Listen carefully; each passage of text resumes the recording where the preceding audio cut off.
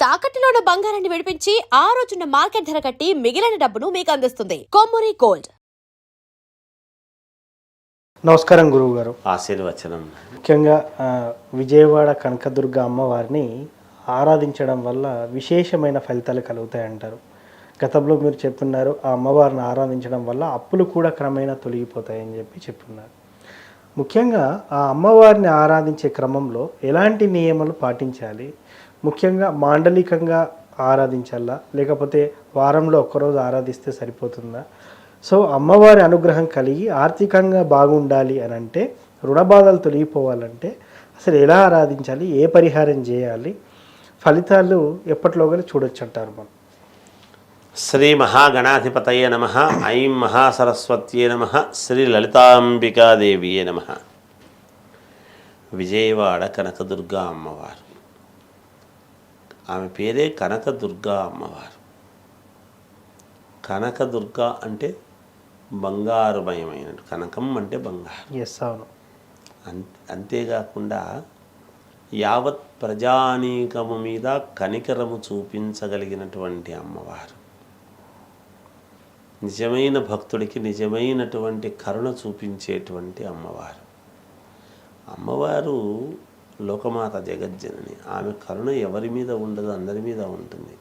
ఆమెను ఆరాధించుకునేటువంటి విధానములో మనము చేసుకోవాల్సినటువంటి పనులతో చేసుకుంటే తప్పకుండా ఆమె కరుణిస్తుంది. మనకు బాధ వచ్చినప్పుడు ఏదైనా దెబ్బ తగలటము ఇంకోటి జరిగితే అమ్మ అంటాం. ఆ అమ్మ ఎవరు? మన అమ్మ కాదు, లోకాలను ఏలేటువంటి అమ్మ జగజ్జనని. అమ్మలగన్నయమ్మ ముగురమ్మల మూల పుటమ్మ అని మనం చెప్పుకుంటాం. అలా అమ్మవారిని, తన కనకదుర్గాదేవిని ఏ విధముగా ఆరాధిస్తే మీరు అడిగినట్టుగా అన్ని రకాల యోగాలు కలుగుతాయి అనేది ఇక్కడ ప్రామాణికం. మీరు బాగా చూడండి, మనం గమనించాలి. ఎప్పుడు కూడా కనకదుర్గా అమ్మవారిని ఎప్పుడు కూడా పసుపు పచ్చని ముఖముతోనే ఉంటుంది. అవును కదా. అందుకనే దీక్ష తీసుకున్నా కూడా భవానీ మాల అని తీసుకుంటే పసుపు పచ్చని వస్త్రాలు వేసుకొని తీసుకుంటారు. అవును. మనము గుళ్ళో అయినా కనకదుర్గా అమ్మవారికి దగ్గరలో ఉండేటువంటి వాళ్ళు దుర్గా అమ్మవారి గుడికి పోయినా, లేదు కోటాను కోట్ల మంది ప్రజలు ఉన్నారు కాబట్టి ఒకరొకరు ఒక్కొక్క చోట ఉంటారు. ఎన్నో వేరే వేరే దేశాల్లో ఉండేవాళ్ళు, వేరే రాష్ట్రాల్లో ఉండేవాళ్ళు. ఎవ్వరికైనా కనకదుర్గా అమ్మవారి యొక్క అనుగ్రహం కలగాలి అన్నప్పుడు అమ్మవారి గుడికే వెళ్ళక్కర్లేదు. ఓకే. శుక్రవారం నాడు, మంగళవారం నాడు, ఇలా మంగళవారాలు శుక్రవారం 2 వారాలు చేయాలి. 2 అమ్మవారికి చాలా అత్యంత ప్రాధాన్యతతో కూడుకొని ఉన్నటువంటివి. ఈ 2 వారాలు గనక నిష్ఠగా మన కోరికలు, ఎటువంటి కోరికలైనా సరే, ఏమిటి, అనేక రకాల కోరికలు ఉంటాయి. అవును.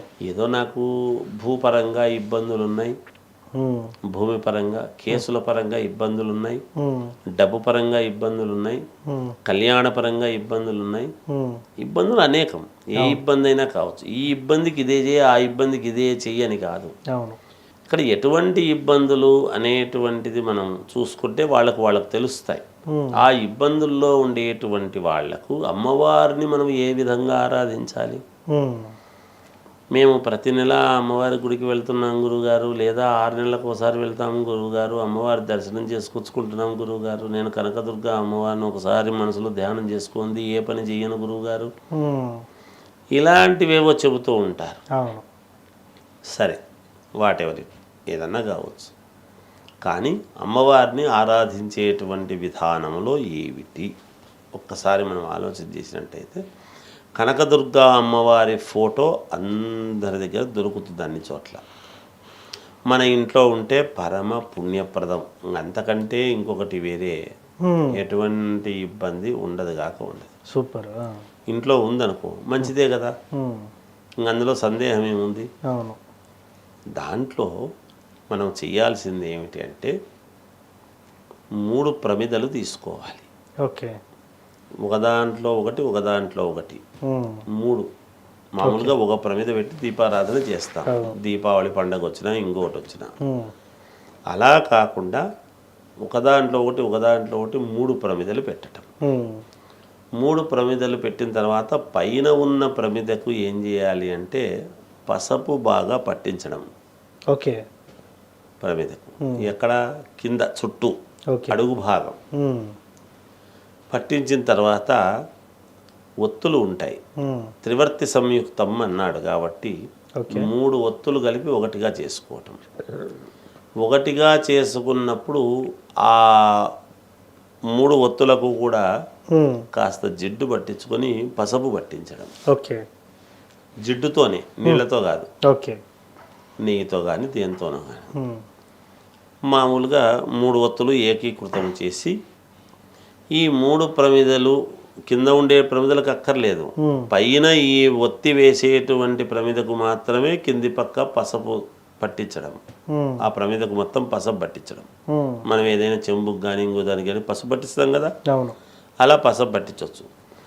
అలా పసుపు పట్టించిన తర్వాత 3 ఒత్తులు వేసిన తర్వాత 3 రకాల నూనె, అంటే ఏమేమిటివి, ఉమ్, నువ్వుల నూనె, ఉమ్, కొబ్బరి నూనె, ఉమ్, ఆవు నెయ్యి, ఉమ్, ఈ 3 కలుపుకొని ఉమ్, 3 దాంట్లోకి వేయటం సమపాళ్ళుగా.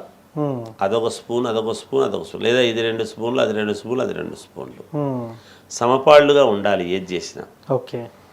అలా 3 రకాల నూనె అందులో వేయటం. ఉమ్, వేసిన తర్వాత ఈ 3 ప్రమిదలు ఎక్కడ పెట్టాలి, ఉమ్, కనకదుర్గా అమ్మవారి ముందు ఉమ్, మండలం చేయటం. ఓకే. చతురస్రం ఉమ్, అమ్మవారి పటం ముందు ఉమ్, దేంతో, గంధంతో ఓకే. చతురస్రముగా మండలము చేసి ఉమ్, 3 తమలపాకులు తీసుకోవటం. ఉమ్, 3 తమలపాకులు ఏమిటి, కొసలు ఇటు ఇటు ఇటు పెట్టడం. ఓకే. ఇలా 3 ఉండేట్టుగా తమలపాకులు అలా పెట్టి ఆ తమలపాకుల మీద ఈ ప్రమిదలు పెట్టడం. ఓకే.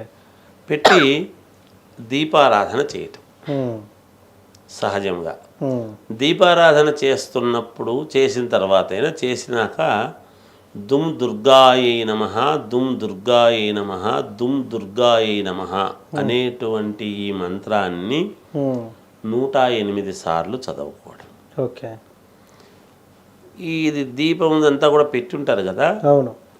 ఈ పెట్టిన దాని చోట చుట్టూ రౌండ్గా బియ్యపిండితో ఓ ముగ్గులాగా రౌండ్ చక్రంలాగా వేయటం. ఓకే. బియ్యపిండితో ఉమ్, వేసి పెట్టి అప్పుడు దీపారాధన చేయటం. ఉమ్, చేసి ఈ దుమ్ దుర్గాయై నమః అనేటువంటి నామాన్ని 108 సార్లు అమ్మవారినే ధ్యానిస్తూ చదువుకోవటం. ఓకే. ఇది ఏం పెద్ద కష్టమైన పనేమి కాదు. అవును.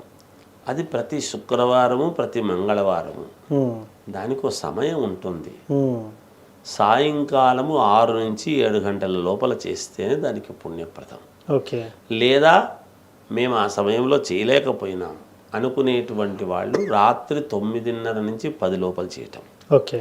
ఈ 2 సమయాల్లో ఎప్పుడు మీరు నిష్టగా మొదటి నాడు ఏదైతే చేస్తున్నారో, మొదటి వారాలు చేస్తున్నారో, ఉమ్, చివరి వరకు అదే సమయాన్ని పాటించటం. ఓకే. చివరి వరకు అంటే ఇట్లా ఎన్నాళ్ళు ఉమ్, అవును. అనేది ఉంటుంది. అవును. 16 శుక్రవారాలు 16 మంగళవారాలు కావాలి. ఓకే. అంటే వారంలో 2 సార్లు, వారానికి 2 సార్లు. ఉమ్, అవి 16 అవుతాయి, ఇవి 16 అవుతాయి. అవును.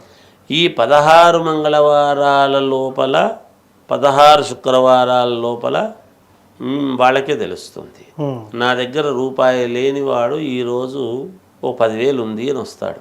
అవును. అమ్మవారు ఇస్తుంది, ఓకే. నీ కష్టం తీరుస్తుంది. ఉమ్, అమ్మవారు ఏదో ఒక రూపముగా వస్తుంది. ఎస్, అవును. చివరి రోజు చివరి వారం చేయాల్సినటువంటిది ఏమిటి అంటే, ఎవరైనా ముత్తైదువను పిలిచి ఆమె కాళ్లకు పసుపు పట్టించి ఉమ్, ఆమెకు తాంబూలం ఇవ్వటం.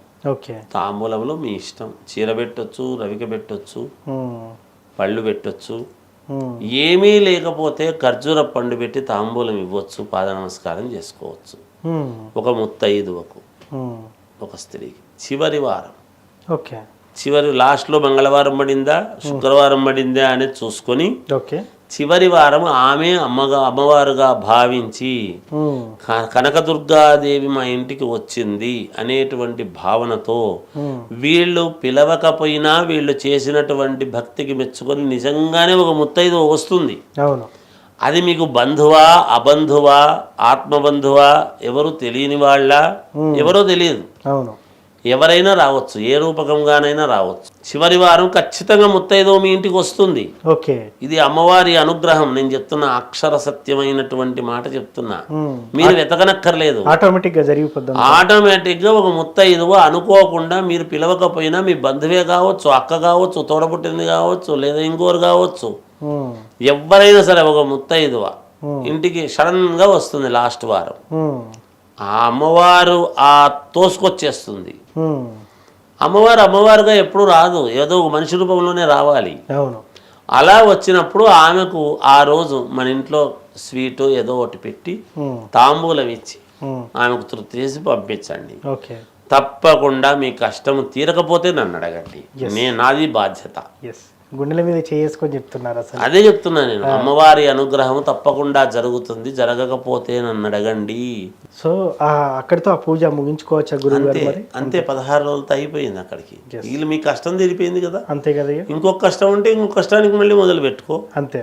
కానీ 10 కష్టాలు ఒకటే చోట తీరాలని అనుకోవద్దు. నీకు బలమైన కష్టం ఏది ఉందో అది తీరడానికి కోరుకో. సో ముఖ్యంగానైతే చాలా చక్కటి పరిహారం చెప్పారు సార్. సో మీరు కరాఖండిగా చెప్పేసారు, ఫలితం రాకపోతే నన్ను అడగండి అని చెప్పేసి. సో అమ్మవారిని ఆరాధించడం వల్ల ఎలాంటి ఫలితాలు చూస్తారని చాలా చక్కగా చెప్తున్నారు. ధన్యవాదాలు. జయోస్తు.